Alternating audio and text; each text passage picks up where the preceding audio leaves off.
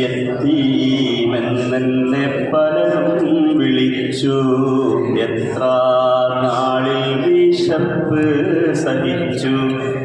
യത്തീമെന്നെ പലരും വിളിച്ചു, എത്ര നാളിൽ വിശപ്പ് സഹിച്ചു. കീറിപ്പാറി മുഷിഞ്ഞോരുടുപ്പിൽ ഏറെ നാളായി നാണം മറച്ചു. യത്തീമെന്നെ പലരും വിളിച്ചു, എത്ര നാളിൽ വിശപ്പ് സഹിച്ചു. കീറിപ്പാറി